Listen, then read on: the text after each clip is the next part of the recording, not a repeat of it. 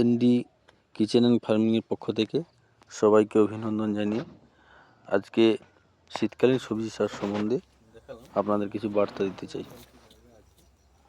প্রথমে জানিয়ে রাখি, শীতকালীন সবজি সবারই খেতে ভালো লাগে।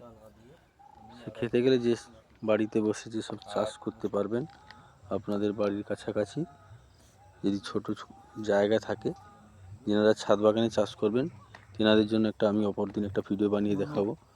আমার নিজের জায়গায় ছোট্ট একটি ফার্মিং, মাছ চাষ ও সবজি চাষ করে থাকি, সেই সম্বন্ধে আপনাদের কিছু জানাচ্ছি। যেমন আমি মাস দেড়েক আগে ওলকপি লাগিয়েছিলাম, তা অলরেডি হয়েছে। তা আমি লাগিয়েছিলাম সামান্য গোবর সার দিয়েই লাগিয়েছিলাম। খুব কম পুঁজিতে আপনারা এই চাষটি করতে পারবেন। ওলকপি তলা আপনারা নিজেরা ফেলাতে পারবেন। নিজেরা ফেলালে আপনাদের খরচ কম হবে। যদি আপনারা বাজার থেকে কিনে আনেন, সেখানে আপনাদের খরচ বেশি হবে এবং চারারও খুব একটা আপনারা গ্যারেন্টিতে পাবেন না। যদি আপনারা টাকি বা বিভিন্ন প্রজাতির যদি বাজার থেকে বীজ দোকান থেকে ভালো জাতের বীজ সংগ্রহ করে আপনারা বীজতলা ফেলান, তারপরে আপনারা সেই তলা থেকে চারা রোপণ করেন, তাহলে আপনারা কিন্তু ভালো ফলনের করতে পারবেন। আমি নিজে বীজতলা ফেলিয়ে চাষ করেছিলাম এবং তার কপি আপনারা ভিডিওর মাধ্যমে দেখছেন। অলরেডি আমার শুরু হয়ে গেছে ওঠা। আমি প্রায় 1000-এর উপর ওলকপি লাগিয়েছি।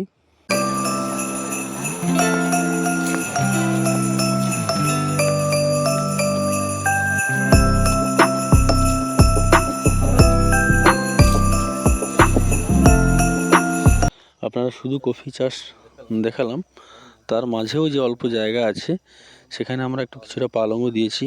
শীতকালীন পালং শাক খেতে আপনাদের সবারই ভালো লাগে, তাই পালং শাক কিছুটা দিয়েছি। আর পালং শাক আপনারা মনে রাখবেন, পালং শাক লাগানোর সুস্থ সময় হচ্ছে ঠিক বর্ষা শেষ, তারপরেই আপনাদের পালং বুনতে হবে। পালং শুকনো বুনতে হয়, পালং ভিজানোর দরকার নেই। তার উপরে একটু গোবর গুঁড়া ছড়ালে খুব ভালো হয়। পালং আপনাদের সুস্বাদু পালং পনির, পালংয়ের বহু রান্না আছে যেটা শীতকালীন খেতে খুবই ভালো লাগে।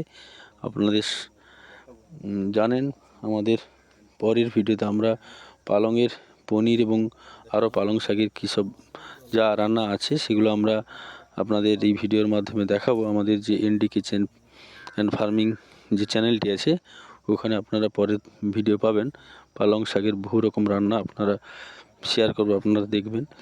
আমরা শীতকালীন মূলো, লাল মূলো দেওয়া হয়েছে, কিছুটা মূলা আপনারা দেখছেন। মূলা শাকও বিক্রি করেছি, মূলো শাকের সঙ্গে মূলাও ধরেছে অল্প কিছু জায়গায়।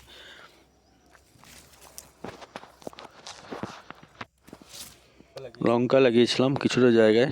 আপনারা লঙ্কা চাষের পদ্ধতি বলি আপনাদের। লঙ্কা যদি আপনারা লাগান, লঙ্কা লাগানোর পর আপনারা 10 পাতা হওয়ার পর উপরের আগার অংশটা কেটে দেবেন কাঁচি দিয়ে, অথবা ছোট্ট ব্লেড দিয়ে কেটে দেবেন। তাহলে লঙ্কার নিচ থেকে অনেকগুলো শাখা প্রশাখা জন্ম নেবে এবং লঙ্কা ভালো ফলন ধরবে। এবং লঙ্কার অনেকগুলো, একটি গাছ থাকলে আপনাদের অনেক কম লঙ্কা হবে, কিন্তু অনেকগুলো শাখা প্রশাখা হলে আপনারা লক্ষ্য করবেন। লঙ্কার আমি আগাটা কেটে দিয়েছি, আমি একে বলবো দেখাতে। দেখুন, আমরা লঙ্কার আগাটা কেটে দিয়েছি, প্রত্যেকটা গাছের আগাটা আমরা কেটে দিয়েছি। কেটে দেওয়ার জন্য কিন্তু দেখুন অনেকগুলো শাখা প্রশাখা বেরিয়েছে। প্রত্যেকটি লঙ্কা গাছে দেখুন অসংখ্য শাখা প্রশাখা বেরিয়েছে। আপনারা বাড়িতেও চাষ করলে আপনারা এভাবে চাষ করবেন, আপনারা অনেক অধিক লঙ্কার ফলন পাবেন।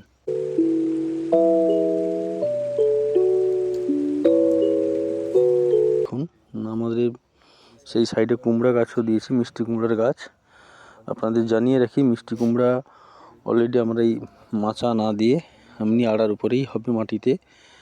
আর মিষ্টি কুমড়ার কথা একটি বলে রাখি আপনাদের, খুব গুরুত্বপূর্ণ যেটা বিষয়, আপনাদের যদি বাড়িতে চাষ করেন, মিষ্টি কুমড়োর চাষ করলে আপনারা 10 পাতা হওয়ার পর আপনার সামনের আগাটা কেটে দেবেন, ডগটা কেটে দেবেন, হয় একটা কাঁচি অথবা ব্লেড দিয়ে আপনারা মিষ্টি কুমড়ো কাটতে। তাহলে আপনাদের 10টি পাতা হওয়ার পর আগাটা কাটতে কী হবে, আপনার ওইখান থেকে প্রচুর শাখা প্রশাখা বেরিয়ে হবে, তার থেকে আপনারা ফলনটা ভালো পাবেন।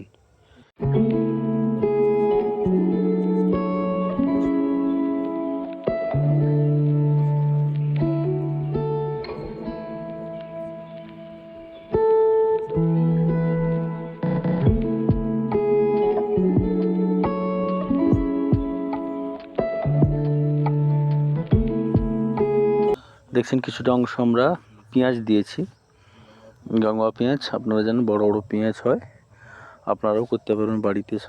সাইডে কোনো সামান্য একটু অল্প জায়গা থাকলে আপনারা মাটিটা সামান্যতম শুকনো করে কুচনোর পর গোবর সার এবং পিড়াই মিশিয়ে তারপরে আপনারা বাজার থেকে সংগ্রহ করতে পারেন, অথবা নিজেরা বীজতলা ফেলে আপনারা পেঁয়াজ লাগাতে পারেন। পেঁয়াজ খুব কম পরিশ্রমে ফলনদায়ক জিনিস, আর পেঁয়াজ প্রত্যেকেরই বাড়িতে প্রয়োজন। সবাই আমরা পেঁয়াজ, আমি সবজি পেঁয়াজ খেয়ে থাকি, বিভিন্ন রান্নায়ও লাগে। তাই আপনারা পেঁয়াজটা বাড়িতে লাগিয়ে আপনারা চাষ করে খেতে পারেন। গঙ্গা পেঁয়াজ এমনি মার্কেটে আপনি বীজতলা না ফেলেও আপনি মার্কেটে এমনি খুব কম পয়সায় পাওয়া যায়।